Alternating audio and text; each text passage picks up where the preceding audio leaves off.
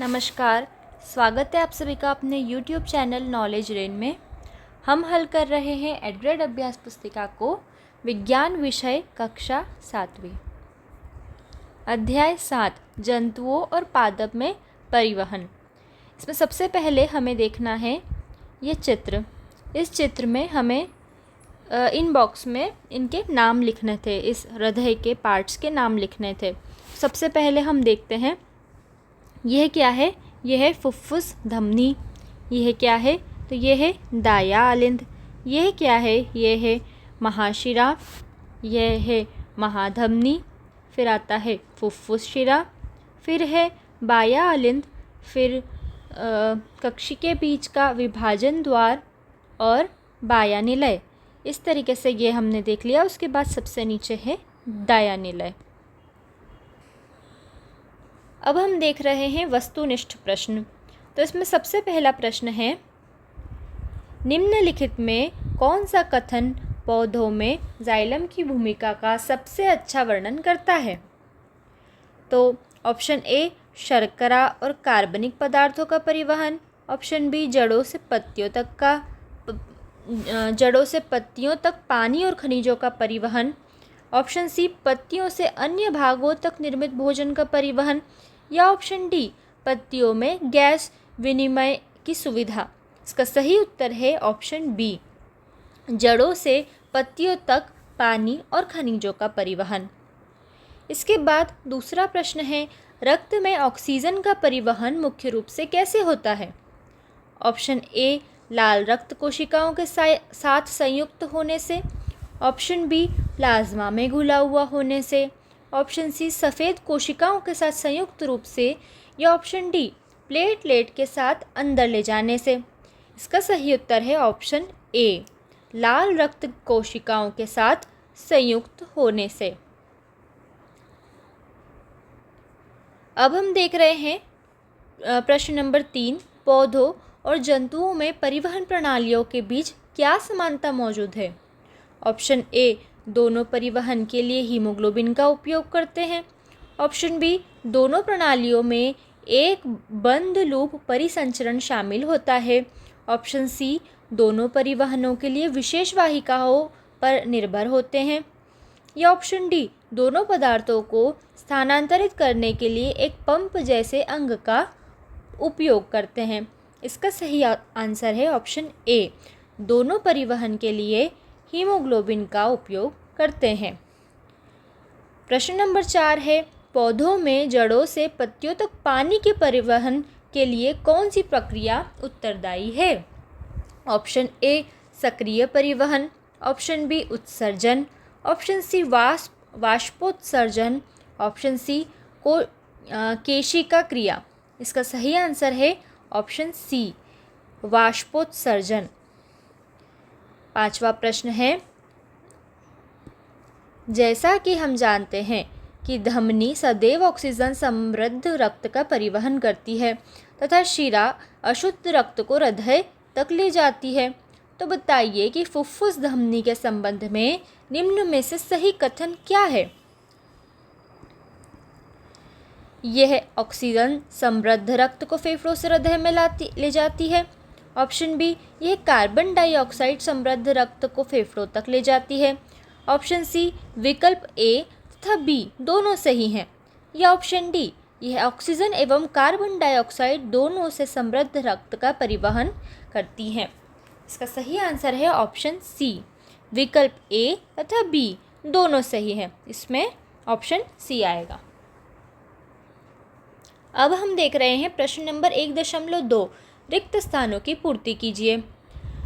तो पहला प्रश्न है, लाल रक्त की कोशिकाओं में डैश नामक लाल रंग का वर्णक होता है। तो कौन सा वर्णक होता है? तो इसका सही उत्तर है हीमोग्लोबिन। हीमोग्लोबिन नाम का वर्णक होता है। फिर है हृदय और रक्त वाहिनियाँ मिलकर डैश तंत्र बनाती है। कौन सा तंत्र बनाती है? परिसंचरण तंत्र बनाती है। ठीक है। अब तीसरा है, चिकित्सक आपके हृदय स्पंदन को सुनने के लिए डैश नामक यंत्र उपयोग करते हैं। कौन सा यंत्र उपयोग करेंगे? स्टेथोस्कोप का उपयोग करेंगे। ठीक है। फिर चौथा है, चोट लगने के बाद रक्त का थक्का बनने का कारण रक्त में उपस्थित डैश कोशिका है। तो कौन सी कोशिका आएगी यहाँ? पट्टिकाणु कोशिका। फिर है, डैश क्रिया पादप को ठंडा रखने में सहायक होती है। इसका आंसर क्या आएगा? वाष्पोत्सर्जन क्रिया पादप को ठंडा रखने में सहायक होती है।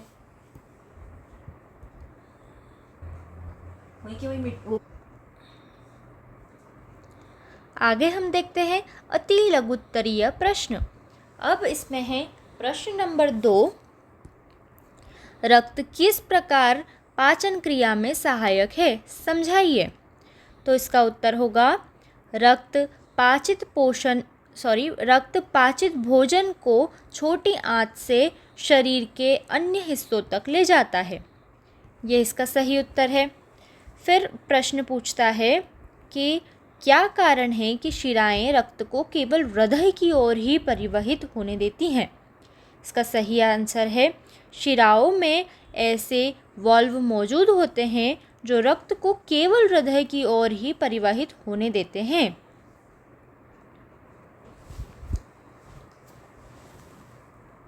प्रश्न नंबर 4 है, मानव परिसंचरण तंत्र में धमनियों की संरचना शिराओं से किस प्रकार भिन्न होती है? इसका आंसर होगा, धमनियों की दीवारें शिराओं की तुलना में अधिक मोटी और मजबूत होती हैं। धमनियों में अधिक मांसपेशी और लोचदार तंतु होते हैं। शिराओं की दीवारें पतली और कम लोचदार होती हैं। फिर प्रश्न नंबर 5 है, जिस प्रकार मानव शरीर का हृदय 4 कक्षीय होता है, क्या उसी के समान सभी जंतुओं का हृदय होता है? यदि नहीं तो मानव से भिन्न हृदय वाले किन्हीं 4 जंतुओं के नाम लिखिए। इसका उत्तर है नहीं, सभी जंतुओं के हृदय 4 कक्षीय नहीं होते हैं।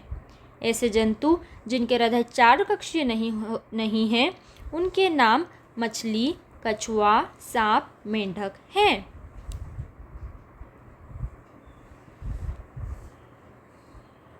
अब हम देख रहे हैं प्रश्न नंबर 6, बूझों ने देखा कि गर्मियों के दिनों में प्रायः पसीने के कारण कपड़ों में सफ़ेद धब्बे दिखाई देते हैं, क्यों? इसका उत्तर है, जब गर्मियों के दिनों में पसीना आता है तो शरीर पर पहने कपड़े पसीने से गीले हो जाते हैं, परंतु जब पसीना सूख जाता है तो कपड़ों पर लवण शेष रह जाता है। इसी लवण के धब्बे कपड़ों पर दिखाई देते हैं।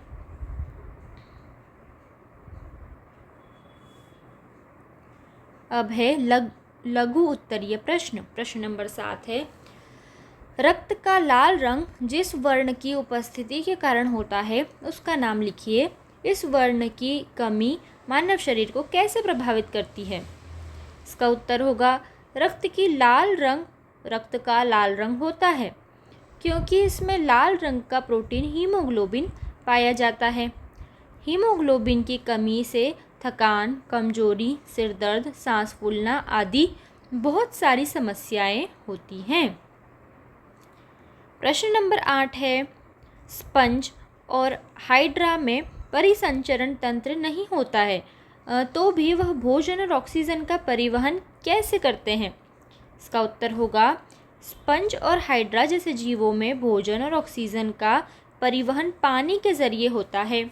इसमें परिसंचरण तंत्र नहीं होता, इसलिए इन्हें रक्त जैसे संचार द्रव की जरूरत नहीं होती है।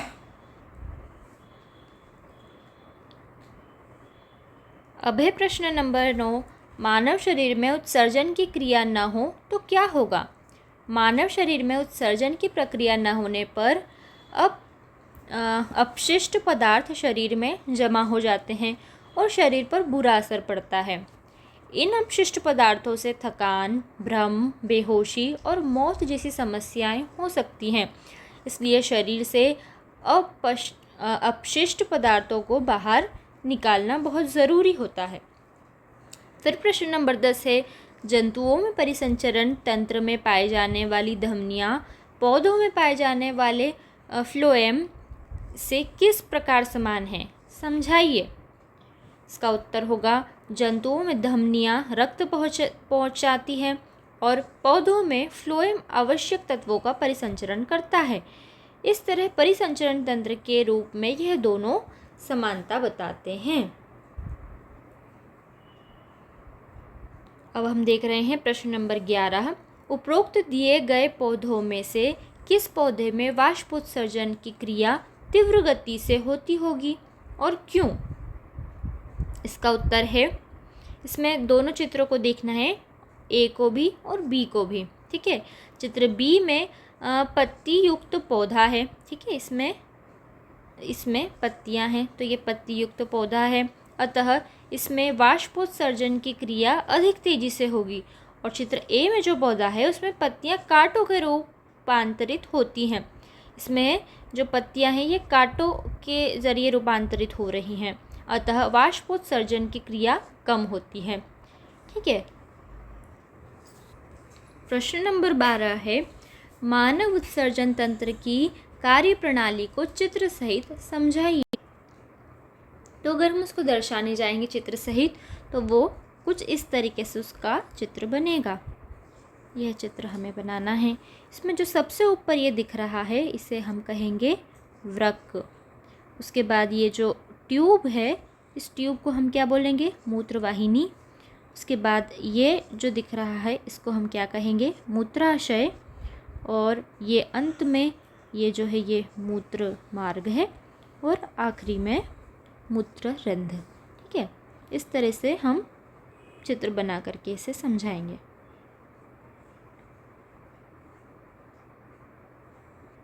हमने अभी चित्र तो बना लिया है, अब हम इसे समझाइए भी यहाँ पर लिखा हुआ है, तो हम इसको इस तरीके से समझाएंगे।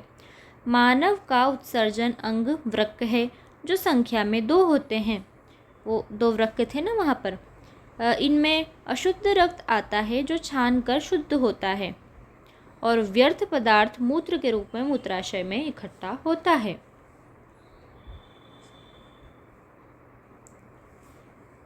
फिर है प्रश्न नंबर 13। मानव शरीर में ऐसा कौन सा अंग है जो जीवन पर्यंत बिना रुके रक्त को पंप करने का कार्य करता है, उसकी क्रिया विधि समझाइए।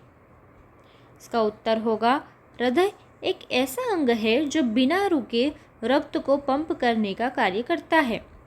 क्रिया विधि, हृदय में शिराएं विभिन्न अंगों से रक्त को लाकर हृदय में डालती हैं जो कि अशुद्ध होता है।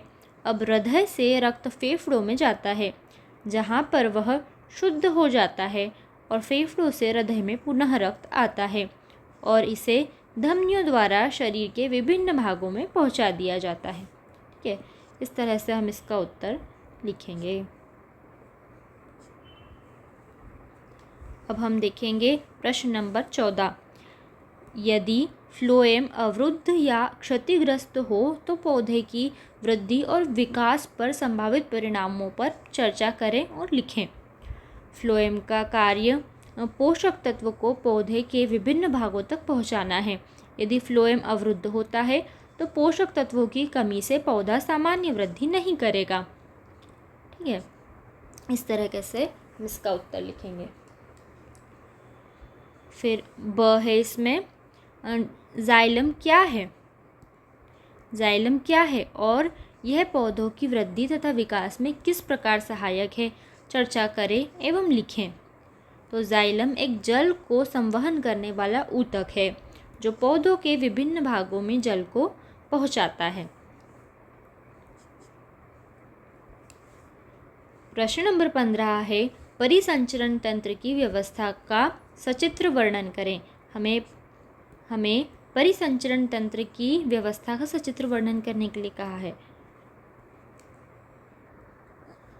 उसका सचित्र वर्णन हम कुछ इस तरीके से करेंगे। हम उसमें यह चित्र बनाएंगे। यहाँ पर इसमें ये है हृदय, ये है शिराएं, ये है धमनी। अब हम देख रहे हैं प्रोजेक्ट 2। ठीक है, इसमें हमें क्या बोला है, आपने देखा होगा कि किसी व्यक्ति के सीने में अचानक तेज दर्द जलन, घबराहट की तकलीफ़ होने लगती है। आप साथियों से चर्चा कर निष्कर्ष निकालकर लिखें कि उसे क्या करना चाहिए। किस अंग के विशेषज्ञ डॉक्टर के पास तत्काल जाना चाहिए? तो किस में जाना चाहिए? हृदय रोग विशेषज्ञ के पास जाना चाहिए। कौन सी जांच कराना उचित होगा? तो ईसीजी करवाना उचित होगा। क्या क्या सावधानियां रखनी चाहिए? धीरे धीरे चलें, खट्टी चीज़ें न खाएं और आराम करें। ये सावधानियां हमें रखनी चाहिए। अगले वीडियो में हम देखेंगे अध्याय 8 पादप में जनन।